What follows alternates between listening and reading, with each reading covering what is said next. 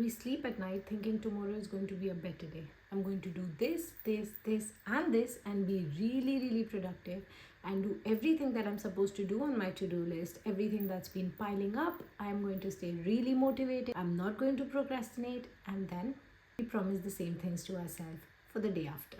But in this video, we are going to break this habit for good, and we will discuss a few, I think 5 actionable steps that we can take so as to not procrastinate and stay motivated.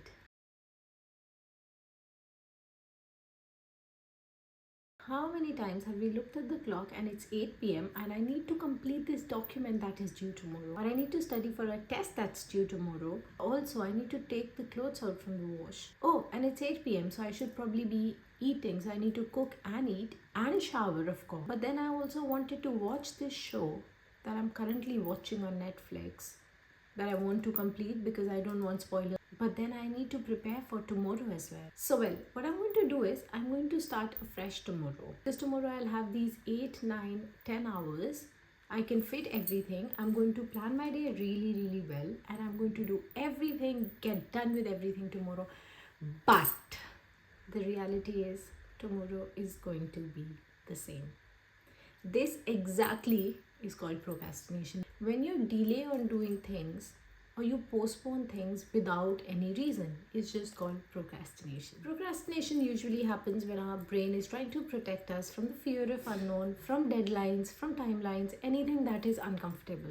So your brain will give you ideas of other things that you can do instead of putting yourself in that situation. So for example, if you want to start a new project, because it is unfamiliar, your brain will tell you, oh, why don't we watch a YouTube video? Or why don't we watch something on Netflix? Or why don't I do something else?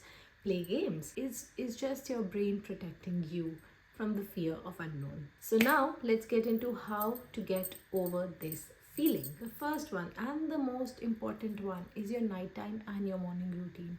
They should be absolutely holy. Your nighttime and your morning routine should be slow. They should absolutely center you and should bring you joy. So for your nighttime routine, you should start preparing yourself for bed. Sip on some hot chamomile tea and prepare your to-do list. You will thank yourself every single day if you prepare a to-do list, because you don't know how many wonders it can do for you in order for you to stay productive. Once you have it written what you need to do the next day, there's less thinking to do. And where there's less thinking to do, there's more action that you can perform. So instead of waking up in the morning and thinking, what do I need to do? Let's just put 15 minutes aside every night and just create a to-do list in order of importance, which we'll talk about in a bit. But let's start creating to-do list. The second part of this is your morning routine. If you are waking up in a panic, you're setting yourself up for failure. No matter how hard you try, your mood will take time to come out of that panic state, the anxious state that you've just faced because you woke up 10 minutes before the start of something and then it's just whole chaos. Stop doing that. Do yourself this favor, start waking up a bit early so that you have time to in-tune yourself with the world. And I'll tell you this is tested by me. If I wake up 1 or 2 hours before the start of something, so if I wake up around 6 and I have to start work at 9, and if I dedicate those 1 or 2 hours doing things that I like, running, reading, meditation, whatever, it brings me so much joy and I show up for myself even more throughout the day, and I'm really productive because I've set the tone right for the day from the get-go. Number 2 is break the task into smaller chunks. One big whole task, it's super overwhelming. To find motivation to do it, it's very tough. So instead of focusing on that one thing, let's try to break it into smaller parts, smaller actionable parts, smaller measurable parts that we can track our progress on. So let's not try to do the whole thing, but just look at the next best step or next best action. So for example, there is your room, there is this room in the house. It's super messy. Everything is everywhere. And now to start cleaning, it just overwhelms you. Very common thing. You walk into the room, you're like, where the hell do I start? And you never start because it's just very overwhelming. What you can do is find out 3 songs that really make you happy, that are your favorite songs, whatever. Play those 3 songs and just start cleaning. Just start doing something in that room. Maybe start putting things aside, maybe segregate them into different categories. does not matter. Just those three songs, undivided. You're not allowed to do anything else. You're not allowed to look at your phone. You're not allowed to walk out of that room. Just those three songs. Or you can use a 10-minute timer as well. But once those three songs are over, you are done. You walk out of the room. You don't need to do anything else. Now, you can segment these slots throughout your day at random time. You do not need to worry about the room being clean. We are not even going to think about it. We are not even doing it. We are just going to do what is the best thing we can do in that particular moment. You don't need to think about the next task that you need to do. You don't need to think about how long it's going to take. Nothing. Just those three songs and just keep on actioning. And voila, before you know it, the room is clean and you didn't even realize it because it was not done spending 5 hours in the room, out of which 3 hours you were just sitting with your head in your hands thinking, where do I start? Instead, it was just 10 minutes and you just got on doing your things. Number 3 is time blocking. It is a very, very, very common productivity method. So you create 3 or 4 slots throughout the day where you're going to be working uninterrupted. So you need to play around and see what works for you. It could be 3-hour slots, 2-hour slots, depends how long you can be in that flow state. But during those time blocks, you are only going to be working. No phone, no listening to music, nothing at all. Just undivided, uninterrupted work. Basically what you're going to do is, for every time block, you're going to see what you need to do. So for example, the last time block of the day, I would personally do emails because that requires the least amount of my brain power.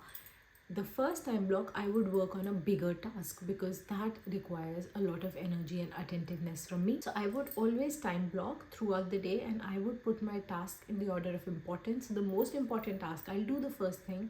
It's out of the way. It's the most difficult. I'm the most attentive. I'm done. And then that gives me confidence to move on the lesser important task. So now instead of thinking, oh, I have this task and I have 8 to 9 hours, you think you have this task and you have only 2 hours. When you think you have 8 hours or maybe you think you have the whole day, you are more likely to procrastinate because the whole day it seems infinite.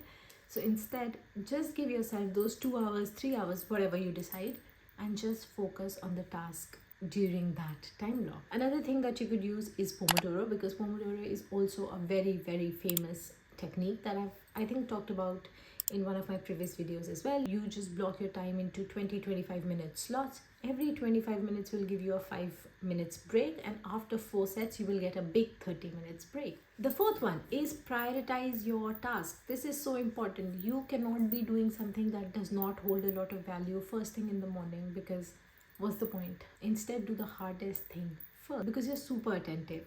You just woke up, you're very fresh, so you can actually crack on with the most difficult task. So the order should go from the hardest to the easiest, and every small little task that takes a minute or 2 minutes in between if you get time. So for example, if you're doing Pomodoro and if you have that 30 minutes break, 5 minutes break, I'd just ask you to kind of relax and not worry so much about this. But when you have that 30 minutes break, those easier tasks that just takes 2 or 3 minutes, you could do a couple in those 30 minutes. If any task takes less than 5 minutes, do it now. So if anything you know will not take a lot of time, do it now. Do not procrastinate with that.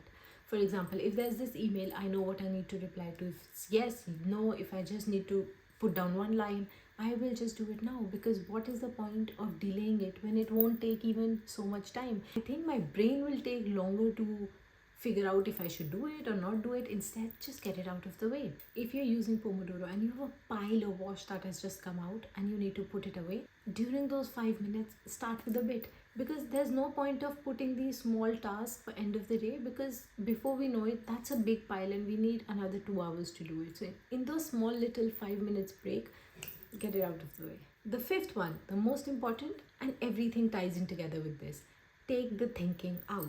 Every day, you should not be thinking of what you need to do. Hence, we need the to-do lists. Hence, we need to habit stack. Hence, we need to prioritize our tasks. So if you're thinking what I should do is not going to work, as I said earlier in this video, because now you're going to be wasting a lot of time. So instead, if you have your to-do ready, if you have your task in order of priority ready, crack on. You just need to get rid of that thinking part in the morning. You can think later in the day, but the first half of your day should be on autopilot. Just do the things one after the other as you have planned them. And whilst we are doing this, it's also very important to set boundaries with our own self. So before bed, when we decide that tomorrow we are going to do this, we will not be on our phone first thing in the morning. We will actually get those things done because that's what we have planned for ourselves. So we need to honor what we have said. We need to honor our needs. We are doing this for our own selves, and we need to set these strong boundaries that even if I want to stay in bed till 10 a.m. I'm not going to. I've woken up. I feel fresh. I'm not going to laze around. I'll just jump out and get going. And before you know it, all of this just becomes a part of your lifestyle. It might appear tough in the beginning, but I promise it's really very easy to follow through. And that is pretty much everything. So probably what you should do is make a list of things that you're putting away and just start doing them. Maybe a passion project, maybe a room that needs cleaning, or the house that needs cleaning, anything. Just put it on the list and see the magic unfold. And that brings us to the end of this video. If you like the video, don't forget to smash a big thumbs up. Comment down below if you have any productivity measures that you follow that really helps you stay in check, that really helps you stay productive throughout the day without procrastinating for no proper reason. If you'd like to stick around, don't forget to subscribe to my channel, and I shall see you very, very soon. Thanks for watching. Bye.